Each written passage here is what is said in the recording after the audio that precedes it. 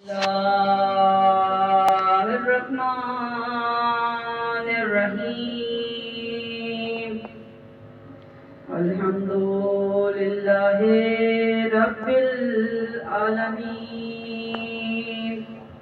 الصلاة والسلام على رسوله الكريم وآله الطيبين الطاهرين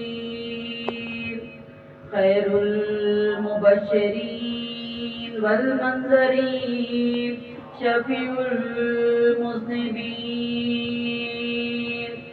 المخاطب طه ياسين النبي مؤيد ورسول المسدد أبي القاسم محمد اللهم صل على محمد وآل محمد وآله الطيبين الطاهرين المعصومين المظلومين واللعنة الله على أعدائهم أجمعين من يومنا هذا إلى يوم الدين أما بعد فقد قال الله تبارك وتعالى في كتاب المبين وهو أصدق الصادقين اللهم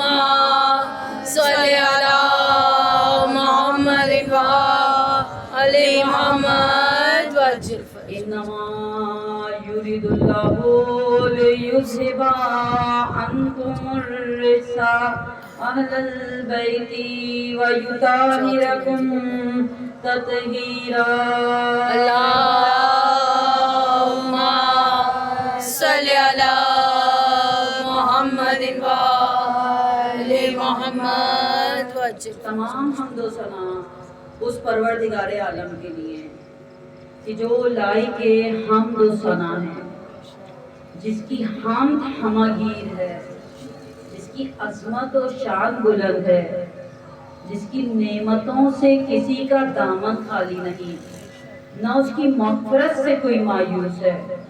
تمام حمد و ثنا اس پروردگار عالم کے لیے کہ جس نے حمد کو اپنے ذکر کا افتتاحیہ قرار دیا۔ بے شک بابرکت ہے وہ پروردگار کہ جس کی ذات تک ہمتوں کی بلندیاں پہنچ نہیں سکتی اور عقل و فہم کی ذہانتیں اسے پا نہیں سکتی۔ شکر ہے اس خدا کا کہ جو اپنے فضل و کرم کا دامن پھیلائے ہوئے ہے اور اپنے جود و عطا کا ہاتھ بڑھائے ہوئے ہے، اور لاکھوں درود و سلام بھیجتے ہیں حضرت محمد مصطفیٰ اللهم صل على محمد وآل محمد وجل کہ جو نبی رحمت ہیں اور آپ کی آل پر کہ جو امت کے لیے سامان شفاعت اور دین کے لیے روشن مینار ہیں۔ بے شک یہ محمد و آل محمد ہی وہ ہستیاں ہیں کہ جنہیں پیدا کرتے ہی خود پیدا کرنے والا درود میں مصروف ہو گیا۔ اللهم صل على محمد وآل محمد مومنات، آج میرا موضوع گفتگو قوم جن ہے، اور اس حوالے سے میں نے سورہ ذاریات کی آیت نمبر 56 کو اپنا موضوع سخن قرار دیا ہے کہ جس میں پروردگار عالم ارشاد فرما رہا ہے کہ بسم اللہ الرحمن الرحیم وما خلقنا الجن والانس الا لیعبدون، کہ ہم نے جن و انس کو اس لیے پیدا کیا تاکہ ہماری عبادت کر سکیں۔ گویا جن اور انس کی خلقت کا مقصد عبادت ہے۔ تو اب ہمیں یہ دیکھنا ہے کہ دیکھیں جن و انس کی معنی مفہوم کیا ہیں، اور جن جو ہیں ان کی خلقت کیسے ہوئی، ان کی پیدائش کیسے ہوئی، اور ان کی اصلیت کیا ہے۔ اگر اس حساب سے ہم دیکھیں تو دیکھیں عربی قاعدے کے مطابق جیم اور نون یہ دو حروف تہجی ہیں، اگر ان کو اکٹھا کیا جائے تو دو حروف تہجی جب اکٹھے ہوتے ہیں یعنی جیم اور نون تو ایک ایسی شے بن جاتی ہے، ایک ایسی چیز بن جاتی ہے کہ جو ہوتی ہے لیکن نظر نہیں آتی، یعنی جن، جیم نون جن، جن مخلوق ہے لیکن ہمیں نظر نہیں آتی۔ دیکھیں جنون جو ہے، جنون عربی میں خیال کو کہتے ہیں، ہوتا ہے نظر نہیں، تو وہاں بھی جنون میں بھی جن نون جو ہے وہ دو حروف تہجی آ رہے ہیں۔ بالکل اسی طرح جنت، جنت باغ کو کہتے ہیں، موجود ہے لیکن نظر نہیں آتی۔ اب اگر ہم عربی لغت میں اور دوسری لغات میں جن کے معنی و مفہوم دیکھیں تو دیکھیں لغوی معنی جن کی ملتے ہیں چھپی ہوئی مخلوق، اور اگر اسلامی عقیدے کے مطابق دیکھا جائے تو ایک ایسی مخلوق کہ جو نظر تو نہیں آتی لیکن اسے آگ کے شعلے سے پیدا کیا گیا ہے یعنی جن۔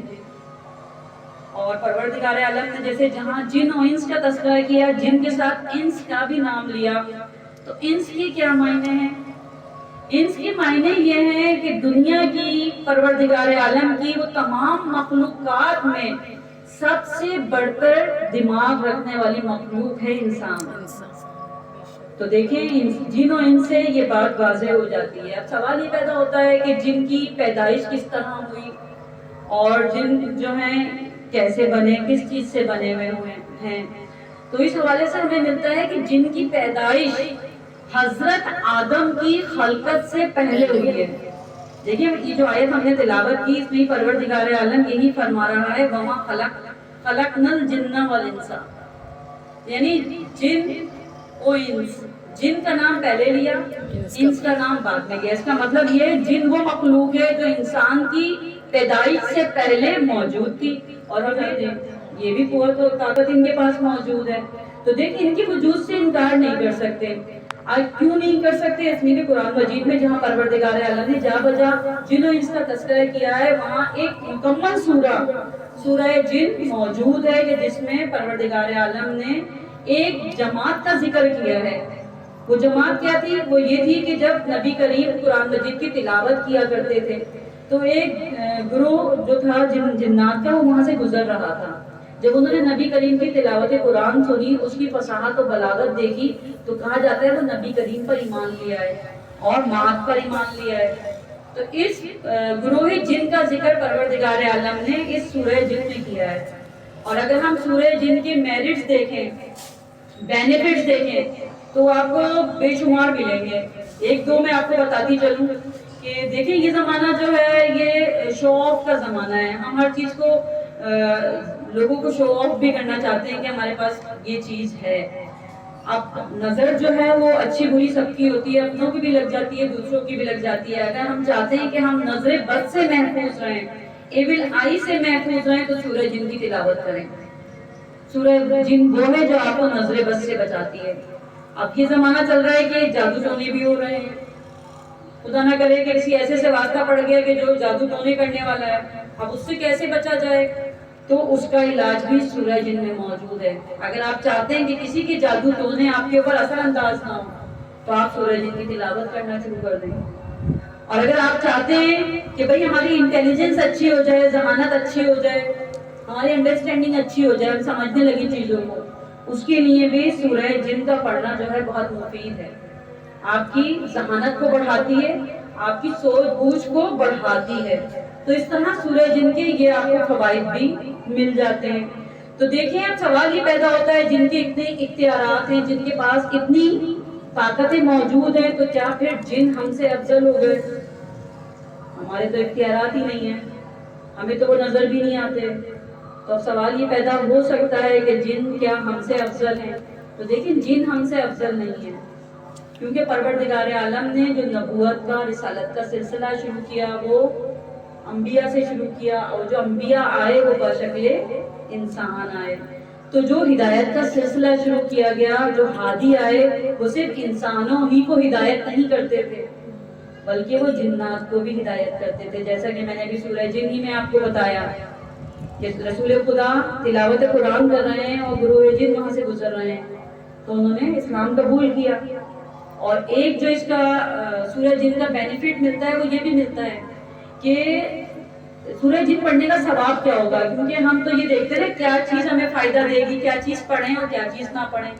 سورہ جن پڑھنے کا فائدہ کیا ہوگا؟ جہاں اتنے فائدے بیان کیے گئے ہیں وہاں ایک فائدہ یہ بھی بیان کیا جا رہا ہے کہ جتنے بھی جنات موجود ہیں جنہوں نے نبی کریم کی تصدیق کی، جنہوں نے ان کی تکذیب کی، ان تمام جنات کو اگر اکٹھا کر لیا جائے اور اتنے جنات کے برابر غلام آزاد کر دیے جائیں تو اتنا ثواب ہے سورہ جن پڑھنے کا.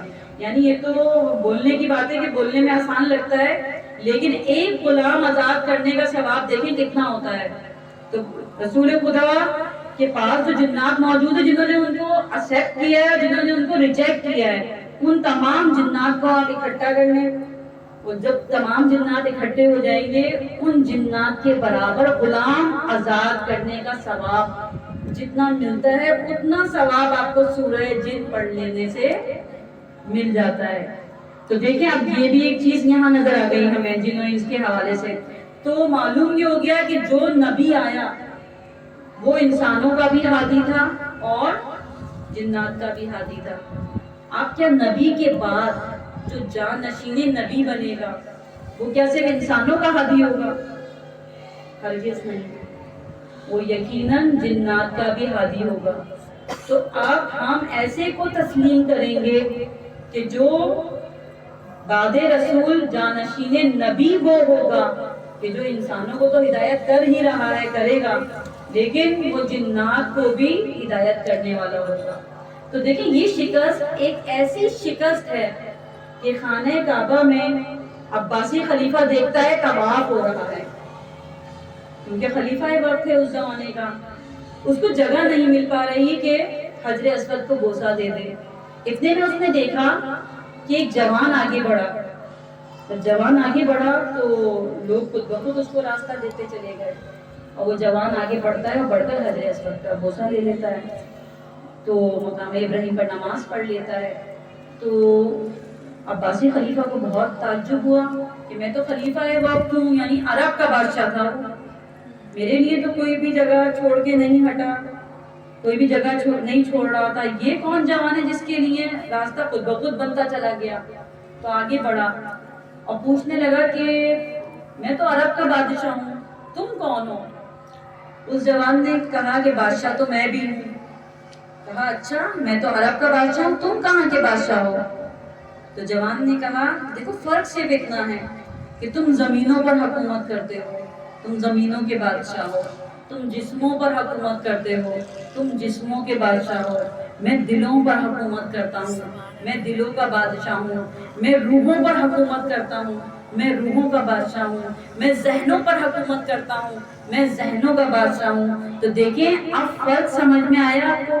دنیا کے بنائے ہوئے حکمران خلیفہ وہ کہ جو زمینوں پر حکومت کریں، جو جسموں پر حکومت کریں، لیکن خدا کا بنایا ہوا خلیفہ وہ ہے، جانشین رسول وہ ہے کہ جو ذہنوں پر حکومت کرے، جو دلوں پر حکومت کرے، جو روحوں پر حکومت کرے. سبحان اللہ. اللہم صلی علی محمد وآل محمد. تو دیکھیں جانشین رسول وہ ہے کہ جو دلوں پر حکومت کر رہا ہے، اور ہم نے کہیں نہیں دیکھی ایسی حکومت.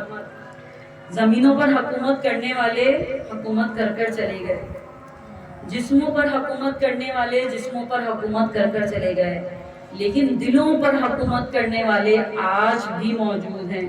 کہ دیکھیں یہاں سے کتنی دور ہے بنگال، وہاں کا سب سے بڑا ادیب دانشور رابندر ناتھ ٹیگور، مل گیا اس کو ادب کا سب سے بڑا پرائز. آج تک ایشیا میں کسی کو نہیں ملا. واحد فرد ہے کہ جس نے بہت سارے ناول لکھے، بہت سارے افسانے لکھے، بہت سارے ڈرامے لکھے، اور اس نے ندی کے کنارے ایک ادارہ بنایا جس کا نام تھا شانتی ناکیتن. انگریز بھی حیران تھے کہ ایک کوالیفیکیشن کیا تھی، صرف میٹرک فیل تھا. انگریز حیران تھے کہ ایک میٹرک فیل نے کس طرح اتنا بڑا ادارہ بنا لیا. اور آپ جانتے ہیں کہ اس کو ادب کا نوبل پرائز کس پر ملا؟ اس نے 50 صفحے کی ایک کتاب لکھی تھی جس کا نام تھا گیتا انجلی.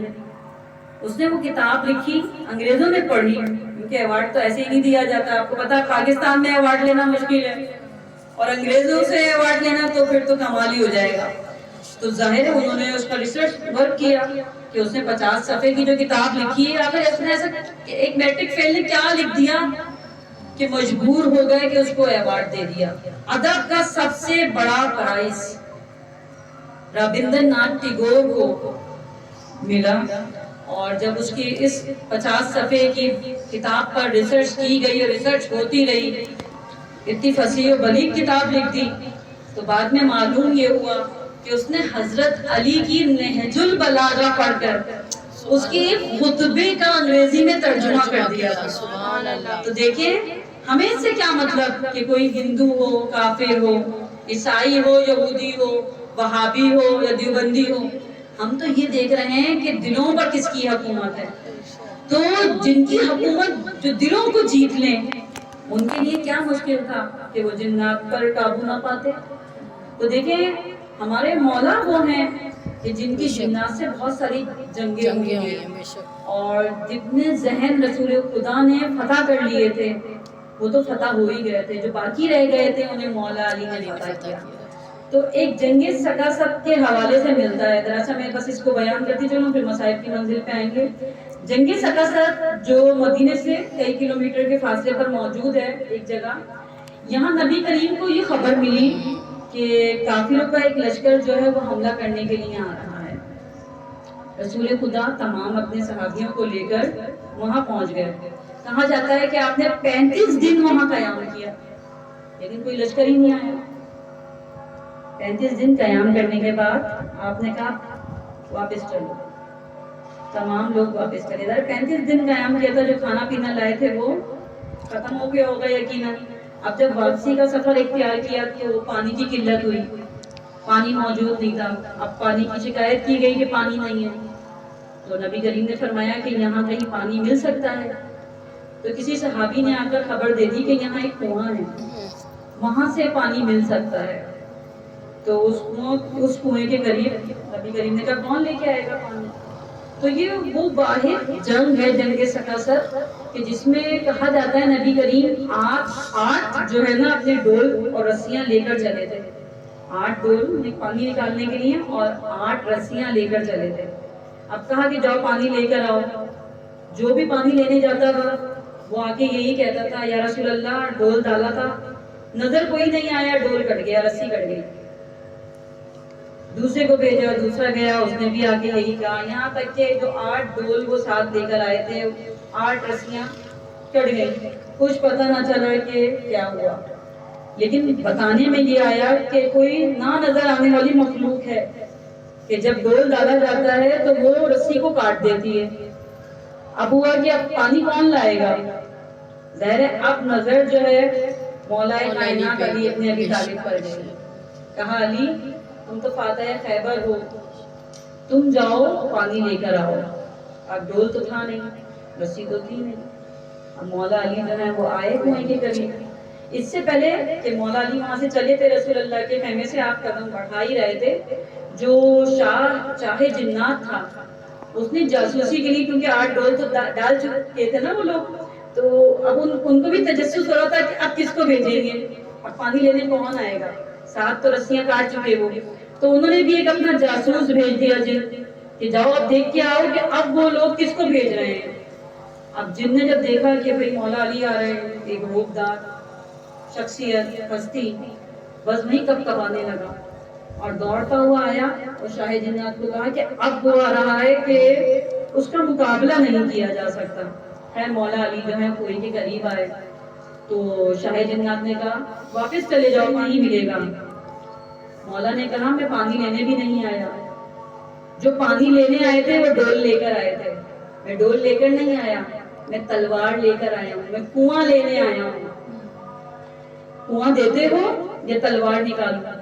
بس شاہ جنات کہا جاتا ہے کب کبانے لگا اور جتنے بھی جنات اس کنویں میں موجود تھے سب مولا علی کے ہاتھ پر دائرہ اسلام میں داخل ہو گئے۔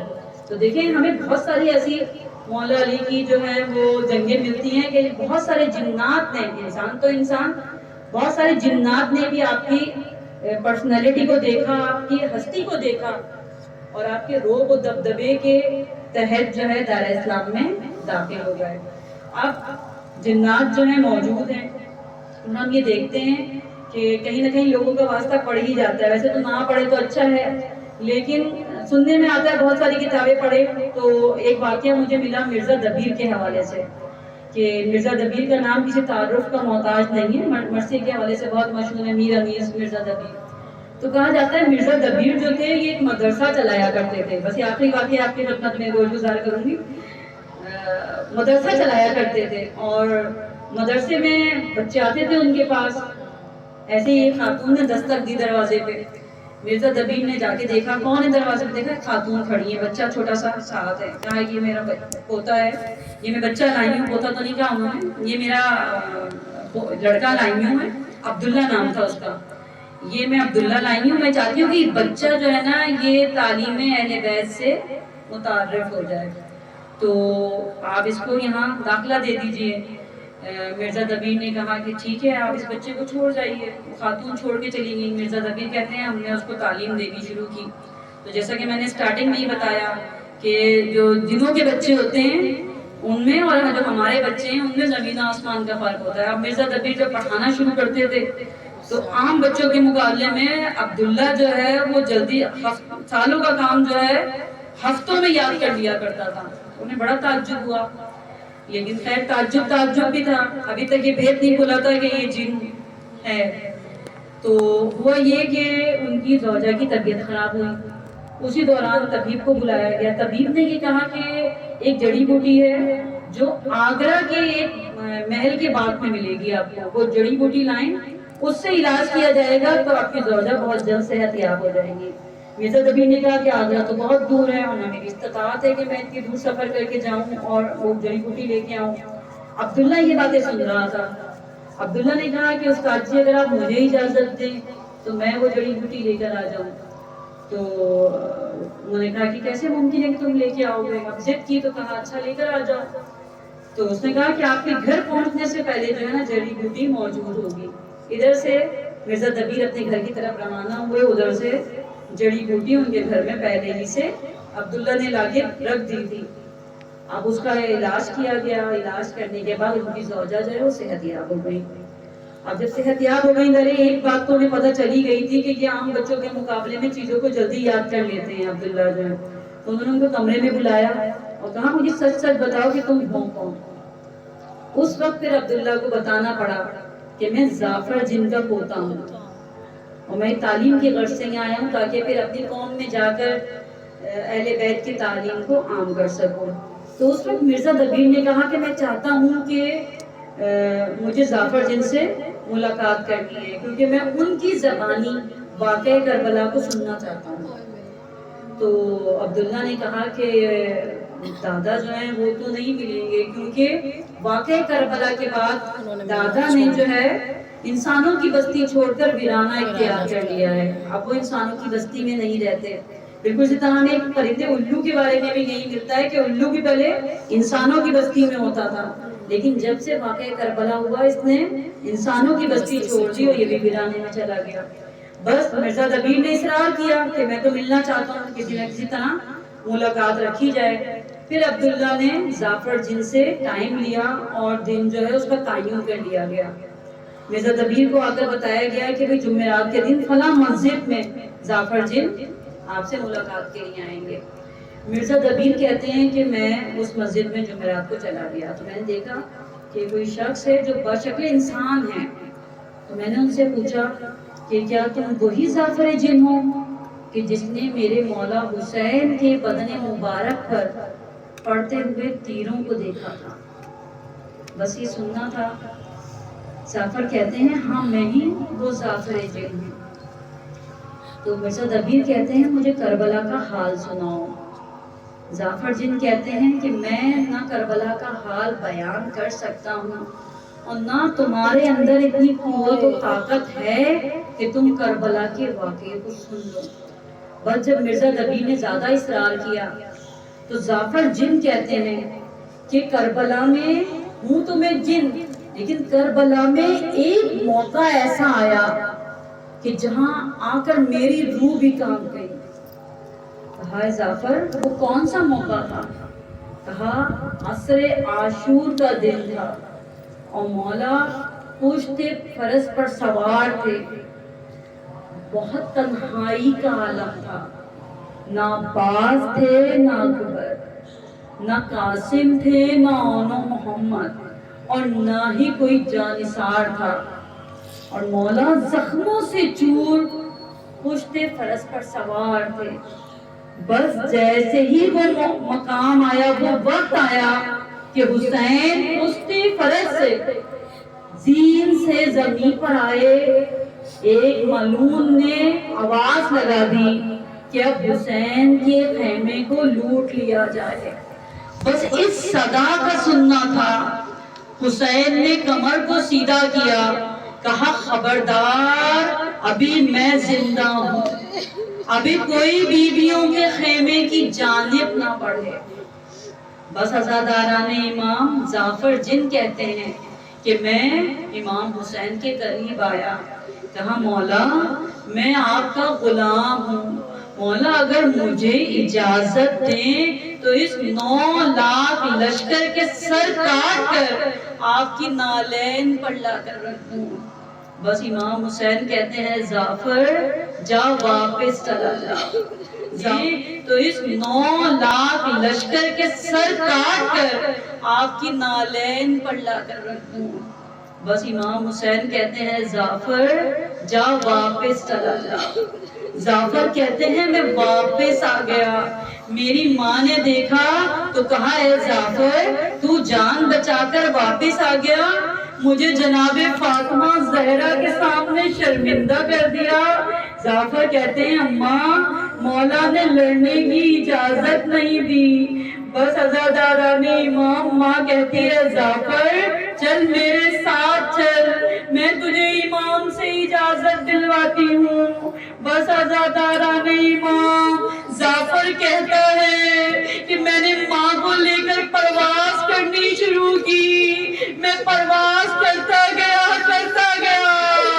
لیکن کربلا میں اس وقت پہنچا کہ جب حسین کا سر نوکے نیزہ پر تھا اور بی بی زینب کی آواز آ رہی تھی کوئی ہے میری چادر کو بچانے والا۔